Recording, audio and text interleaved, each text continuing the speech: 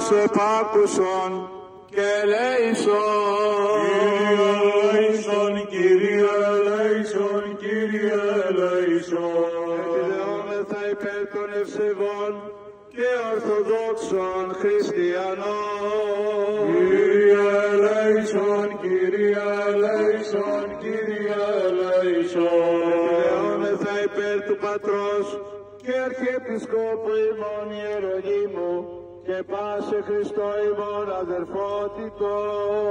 Κύριε ελέησον, Κύριε ελέησον, Κύριε ελέησον. Θα υπέρ του ευσεβούς ημών έθνους, πάσης αρχής και εξουσίας εν αυτό, του καταξηράν, θάλασσαν και αέρα Χριστού ημών στρατού, και της δημοτικής αρχής της πόλεως ταύτη.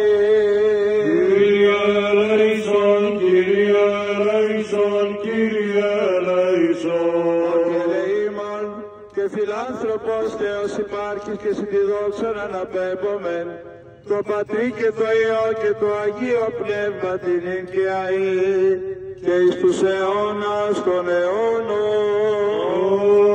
Αμήν.